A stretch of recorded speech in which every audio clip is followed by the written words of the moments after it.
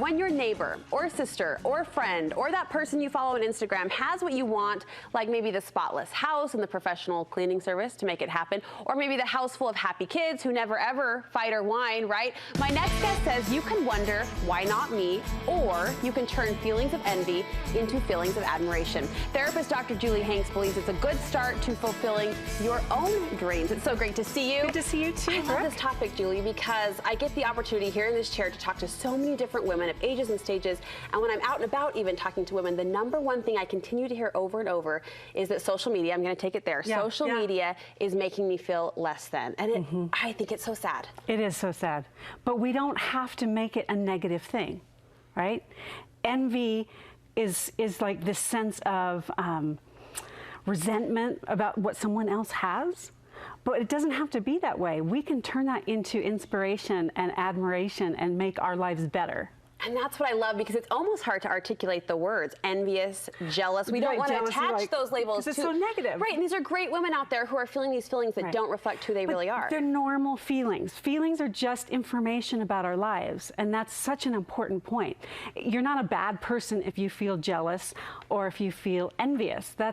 It's okay. Everybody feels that. What do you do with it? Now that's what we're going to get into here. That's the defining step. Right. What do you do with that information? How do you define envy?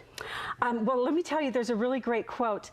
It is, envy is the art of counting the other fellow's blessings instead of your own. And that's Harold Coffin. Isn't that great? Counting someone else's blessings. Right. So it's when you're focused on what other people have and what you lack. And it's this resentment or this, it doesn't feel good. It's this kind of a negative feeling. So you don't want to get stuck in it, but you can use it as a clue to learn more about yourself. And how is admiration different than that? Admiration is a warm feeling of approval towards someone else. So those feel really different.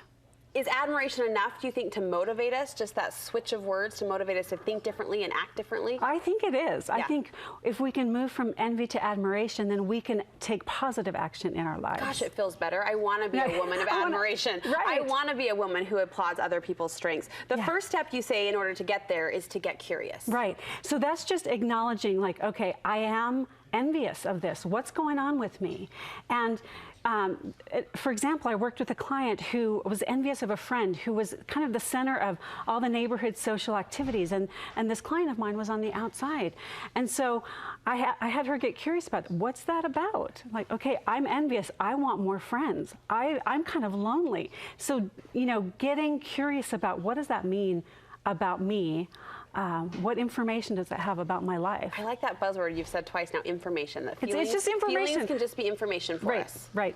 We get curious and then we dig deep. You say envy can teach us a lot about our inner selves. Right. So for example, say you're envious of a friend who is really fit. Right? So dig deeper and you can think, okay, what's that about for me? Oh, I've kind of put myself on the back burner since I've had kids.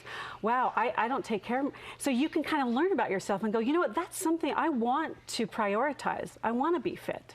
And so you can move that kind of to the forefront in your own life if that's something that you value. Do you find addressing it with the other person is helpful, or is this more about you, the feelings that you're working through? Well, I think it can be really helpful. You can reach out and ask, like, how do you do that? How do you balance, you know, working out with your kids? You can use them as a mentor.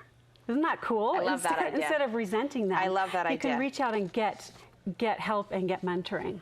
And the next step, you say, is to use those feelings to not just internalize it or shift inside, but to take action, to actually step forward and do something about it. Right. Isn't that cool? That's where we have power in our lives, is when we can take action. So going back to the example of the woman who felt on the out of you know, the social circles. What if she said, you know what, I'm going to start planning stuff. I'm going to be the center of my own social circle. I'm going to reach out to people who don't have friends. So we can take action, and that's where we feel power in our lives.